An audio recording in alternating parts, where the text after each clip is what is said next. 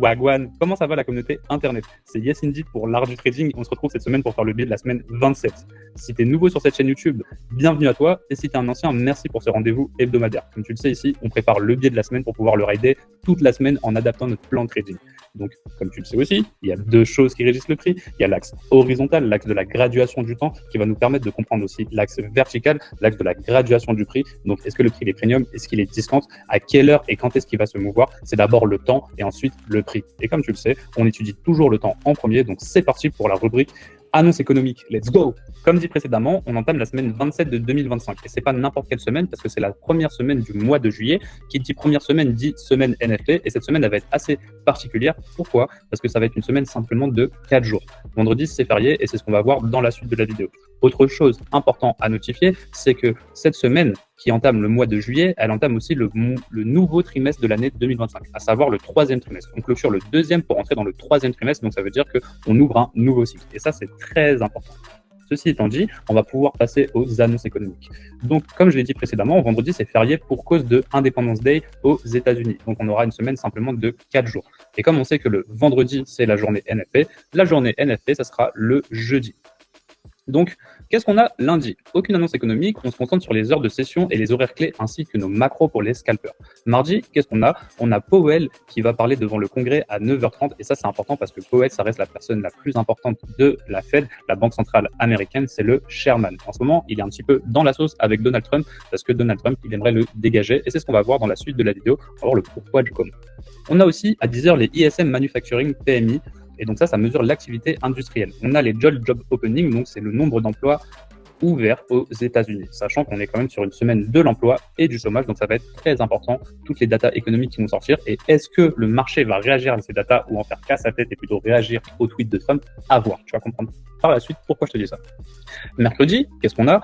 On a ADP Non-Farm Employment Change à 8h15 et ça reste un préliminaire de l'annonce économique qu'on aura le lendemain, du coup NFP. C'est une estimation des créations d'emplois dans le privé, donc on ne compte pas le secteur agricole. Un petit rappel qui reste important, dans une semaine NFT, normalement de lundi à vendredi, donc là, il faut s'adapter par rapport aux propos. De lundi à mercredi, London Session incluse, le price action peut être très clean. Les structures de marché sont respectées, les liquidités sont respectées, les divergences, etc., etc. Par contre, à partir de mercredi, New York AM Session incluse, on peut avoir un price action qui n'est pas très clair, des structures de marché qui ne sont pas respectées, parce que on va avoir des prix qui vont peut-être accumuler pour pouvoir manipuler quand on aura NFT, créer de la liquidité, vraiment créer de l'intérêt, avoir un marché qui va sur place et qui va aller très vite en termes de manipulation le lendemain, du coup le jeudi, parce qu'on aura un effet le jeudi, cette semaine exceptionnellement. Donc on peut avoir un profil de marché, high resistance liquidity run ou seek and destroy, donc de la pure consolidation. Et une très bonne amie à moi appelle ça une boîte à compte. On ne veut pas trader dans la consolidation. Nous, notre ami, c'est la volatilité et les distributions une fois que les manipulations, elles sont passées. Donc, on fait attention à ça parce que c'est le meilleur moyen de brûler son capital juste avant de pouvoir profiter de la volatilité qui arrivera le lendemain. Ok? Donc ça, c'est très important à notifier. Ceci étant dit, on arrive à jeudi, le dernier jour de la semaine, notre journée la plus importante où on a tous nos main events. Donc ici, il faut bien comprendre que notre main event, il se passera à 8h30. Est-ce que notre main event, c'est hourly earnings? Est-ce que c'est NFP? Est-ce que c'est unemployment rate? Notre main event ici, ça va être les trois en même temps, mais celui qu'on va le plus regarder, ça va être unemployment rate, le taux de chômage global, parce que c'est quand même le plus important aux États-Unis. Ensuite, on a NFP, qui est quand même aussi un main event, chiffre officiel des créations d'emplois hors secteur agricole. Et on a aussi le suivi des salaires horaires. Donc, est-ce qu'on a eu des augmentations de salaire? Est-ce qu'on a des réductions de salaire? Et donc, tout ça, ça influe sur quoi? Ça influe sur la consommation, sur le pouvoir d'achat. Ça influe aussi sur l'inflation. Parce que forcément, si on a moins de pouvoir d'achat et que on a des prix qui augmentent, forcément, on va dépenser moins. Et ça influe donc, du coup, sur quoi? Ça influe sur l'économie américaine de manière globale. Donc ça, c'est important, c'est tout ce qu'on aura à 8h30. À 8h30, comment on fait? Comment on agit? On laisse d'abord l'annonce économique se faire. On peut avoir des manipulations dans tous les sens. Et en général, une demi-heure après, voire une heure après, on peut avoir des structures de marché qui commencent à devenir un peu plus claires, plus lisibles, et on peut trader. Ok, donc ça, c'est important que vous le notiez dans votre carnet parce que ça va vous permettre déjà aussi d'avoir une structure, de savoir comment appréhender cette journée-là. Ensuite, à 10h, qu'est-ce qu'on a? On a les ISM services PMI et donc ça mesure l'activité des services. Maintenant, on va passer au point macro et géopolitique pour comprendre un petit peu la psychologie et la narrative en place derrière les annonces économiques et aussi ce qui se passe en dehors des marchés qui peut impacter très fortement les marchés et ça s'est déjà passé sur les dernières semaines. On va faire un petit topo. Mais avant de faire ce topo, on va parler déjà des corrélations entre les classes d'actifs. Maintenant, on va passer au point 2. Obligations, rendement et tension entre Trump et Powell. Deux personnes très importantes aux États-Unis. Il y en a un, vous le connaissez tous, le président des États-Unis, et il y a Powell, le chairman de la Fed qui dirige la Banque centrale américaine. Donc ici, c'est un petit rappel, il y a 2 semaines, on a eu des taux obligataires qui ont fait que monter. La semaine dernière, ils sont aussi montés, que ce soit le 30 ans ou le 10 ans, ce qui fait que leur rendement est descendu. Qu'est-ce que ça veut dire ça? Ça veut dire qu'on est bel et bien dans ce risk-on scénario, un des XY qui tombe et des obligations qui montent et un rendement qui descend. Très très bien. Mais ça, qu'est-ce que ça fait? Ça fait que Trump met la pression à la Fed. Parce que lui, ce qu'il aimerait, Trump, c'est que le prix des taux descende. C'est ça son combat avec Jérôme Powell. Donc ça, c'est très très important de le notifier. En plus de ça, il ne demande pas des baisses de taux de quart de point. En général, on fait 0,25, 0,25, 0,25. C'est comme ça qu'on descend les taux. Mais non, lui, il demande des points entiers, voire plusieurs points. Donc c'est très important ce qui se passe. Et en plus de ça, il est quelque part en désaccord avec Powell, il le menace de le virer et il aimerait le remplacer pour mettre quelqu'un à sa place qui serait plus à l'écoute. Donc quelque part, il chercherait quelqu'un qui serait plus à l'écoute et qui l'écouterait les yeux fermés. Donc ça, c'est important. Et Powell, c'est pas n'importe qui, c'est quelqu'un qui dirige la Fed depuis très longtemps. Maintenant, là où Powell il est protégé, c'est qu'on peut pas virer le chairman de la Fed parce que la Fed, ça reste une institution qui est américaine, mais qui est complètement indépendante du gouvernement américain de Trump. Donc ça, c'est important. Il vaut mieux qu'ils s'entendent plutôt qu'ils s'entendent pas parce que ça crée des conflits internes. Et comme tu le sais, ils ont déjà des conflits externes à gérer.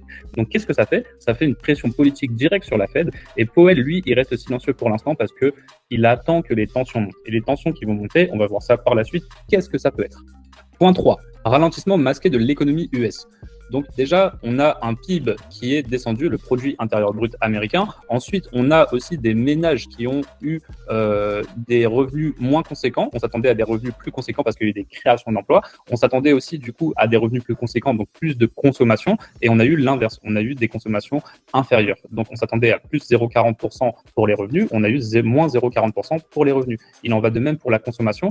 On s'attendait plus à avoir 0,10% de consommateurs qui vont plus consommer des produits, de l'énergie, peu importe, et on a eu moins 0,10%. Donc déjà, ça, c'est pas très bon. Et quand on sait que la consommation aux États-Unis, ça représente 50% du PIB, c'est très impactant. C'est peut-être des petits chiffres, mais des petits chiffres, des petits chiffres, des petits chiffres mènent aux grands chiffres. Donc c'est là où il faut savoir lire entre les lignes.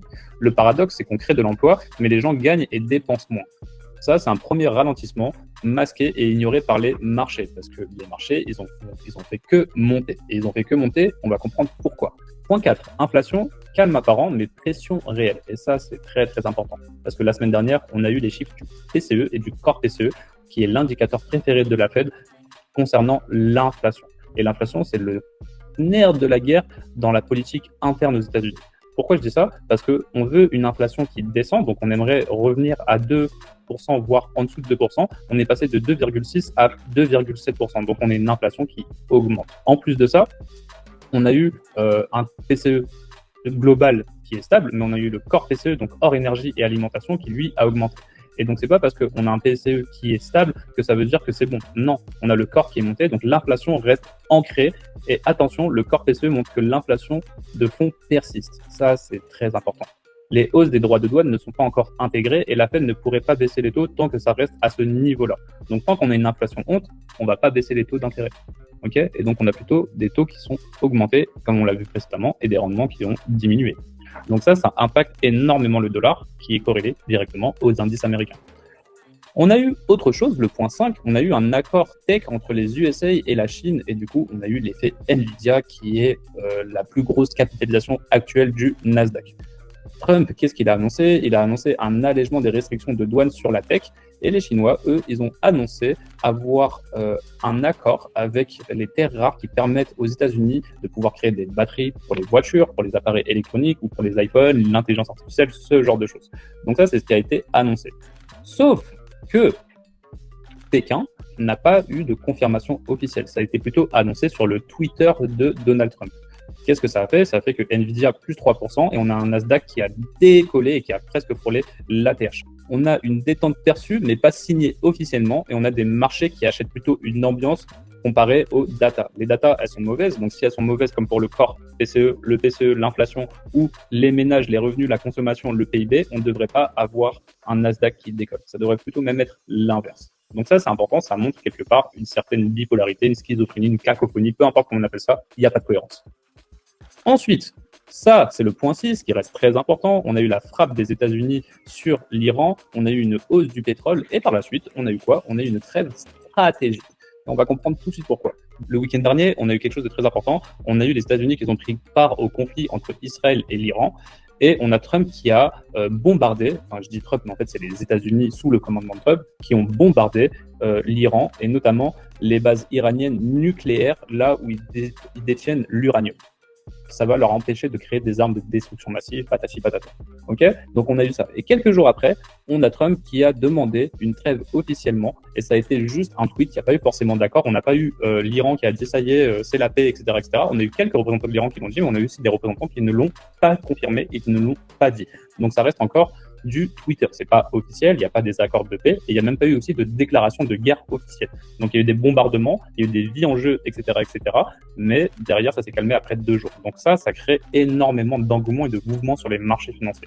La suite de ça, qu'est-ce qui s'est passé? On a eu un pétrole qui a augmenté lundi dernier. Il est monté à $79 le baril et il est redescendu aussi sec à 65% une fois que la trêve elle a été officiellement annoncée sur Twitter. En plus de ça, on a un conflit qui semble calmer en surface, oui, mais ça ne veut pas dire que parce qu'il y a une trêve avec les États-Unis et l'Iran, que la trêve, elle est entre Israël aussi et l'Iran. Et derrière l'Iran, on a d'autres pays du Moyen-Orient, donc ça touche énormément de gens. Et au Moyen-Orient, on a 30% du pétrole mondial qui circule.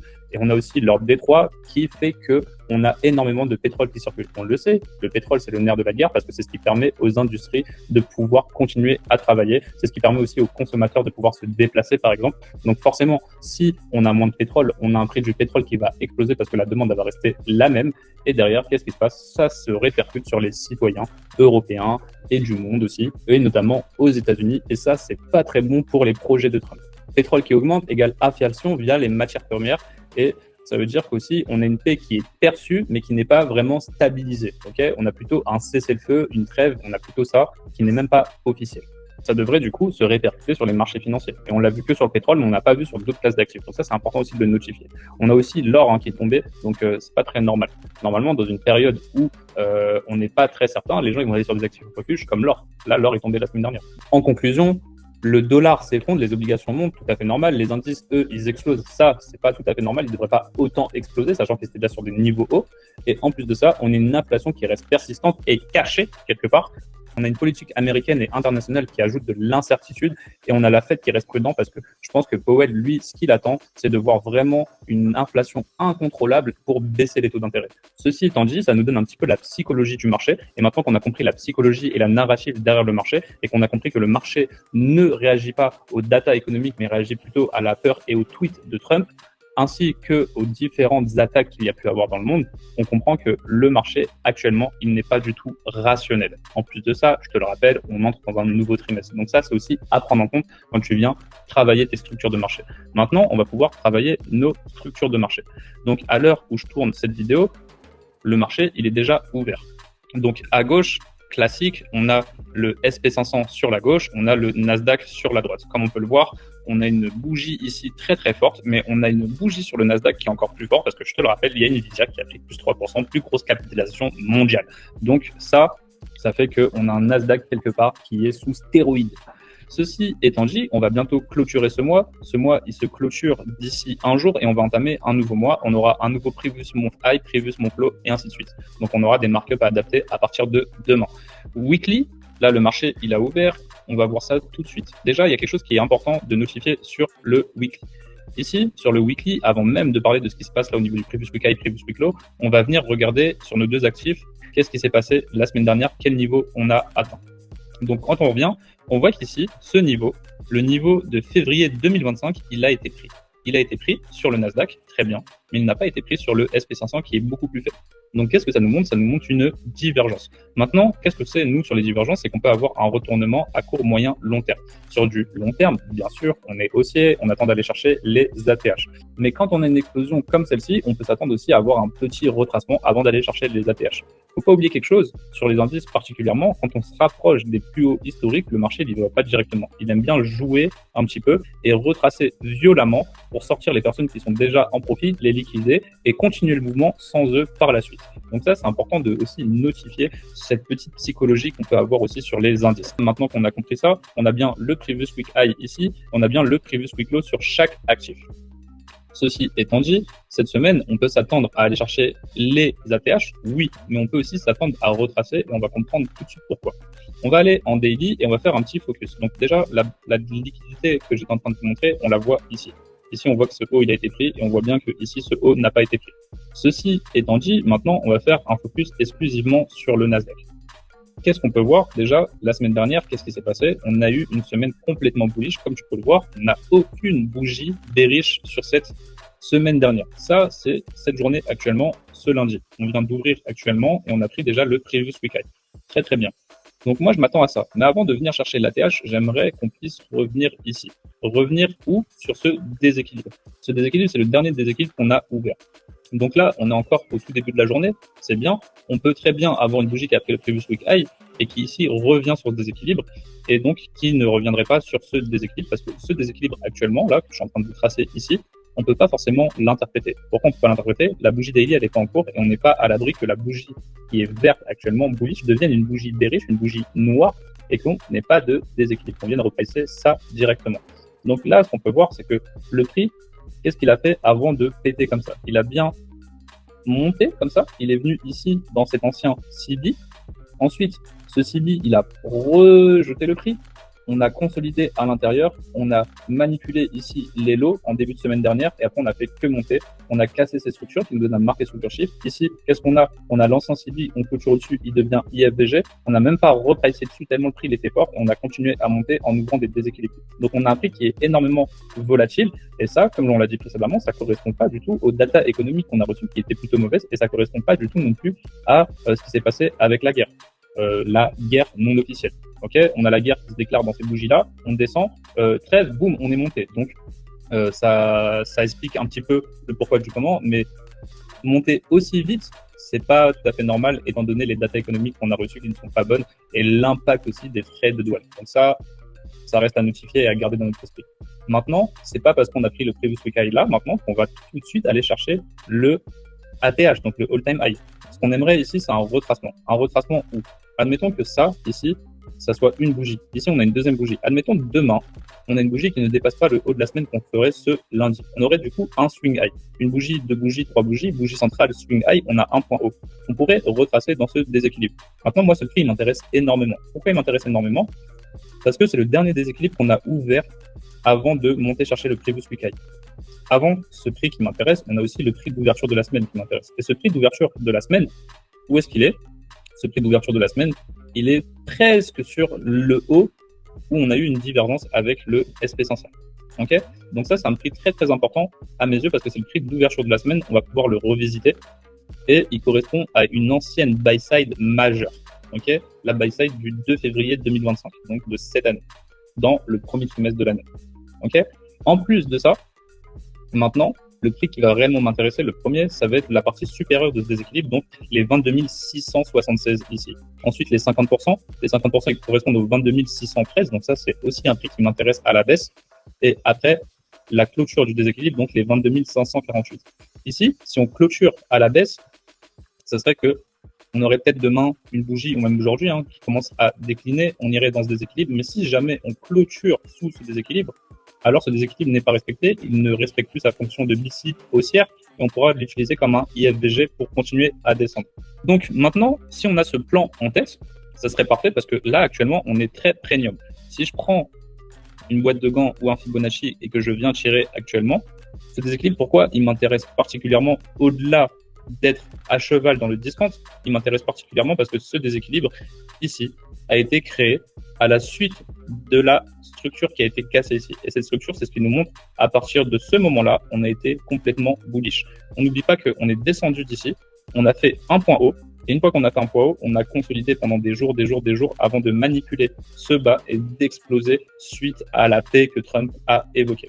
Donc, ce déséquilibre, il s'est pas créé n'importe quand. Ce déséquilibre, c'est le déséquilibre qui a cassé la structure. Et nous, ce qu'on sait sur les déséquilibres qui cassent les structures, c'est des déséquilibres à haute probabilité. Donc là, comme on peut le voir depuis le début de cette vidéo, on peut voir que oui, on a pris le previous week high très très bien. Mais maintenant, si on commence à s'en éloigner, ou si même on reste à l'intérieur de ce dealing range aujourd'hui et que demain, on nous fait une bougie baissière, on aura forcément un point haut. Et là, on pourra voir si tout le plan que je suis en train de vous citer, il est en train de se mettre en place. Comment on réagit dans ce déséquilibre et comment on réagit dans ce déséquilibre. À partir du moment où on touche ce déséquilibre ici, même juste le début du déséquilibre, donc les 22 385 à peu près, là, pour moi, on aura toutes les raisons de vouloir chercher l'ATH. Maintenant, comme je vous dis souvent, c'est bien d'avoir un biais, mais il ne faut pas forcément se marier avec, pour pouvoir être flexible. Donc si là, le prix veut continuer à aller chercher les ATH, on va se positionner en bullish. Après, personnellement, moi, je suis pas très à l'aise quand un prix est très très haut d'acheter quelque chose qui est haut. Parce que par définition, quand un prix est haut, on préfère chercher des opportunités de vente pour revenir dans le discount. Ici, on a énormément d'inefficacité. On a un prix qui n'est pas parfait, qui n'est pas efficace à cause de ce déséquilibre. On a des volumes imbalance aussi. Et on a aussi ce déséquilibre qui rend le prix inefficace. Donc, il y a un moment, il va falloir qu'on ait une bougie bearish qui revienne quelque part. Donc, ce que je viens d'expliquer ici, c'est exactement la même chose sur le SP500. On a exactement les mêmes zones, le même déséquilibre. Et du coup, comme ils sont corrélés positivement, on peut s'attendre à la même chose. Ce qu'il faut juste comprendre, c'est que ici, de manière générale, on a un SP500 qui est beaucoup plus faible. Donc, s'il y en a un qui doit tirer le prix à la baisse, normalement, ça devrait être le SP500. Donc, maintenant qu'on a vu tout ça, t'inquiète pas, comme d'habitude, dans la suite de la vidéo, je te mettrai les screenshots pour que tu puisses te référer et avoir des repères visuels. Je te le rappelle encore une fois, c'est bien d'avoir un biais, mais il faut pas se marier avec, pour que tu puisses être flexible.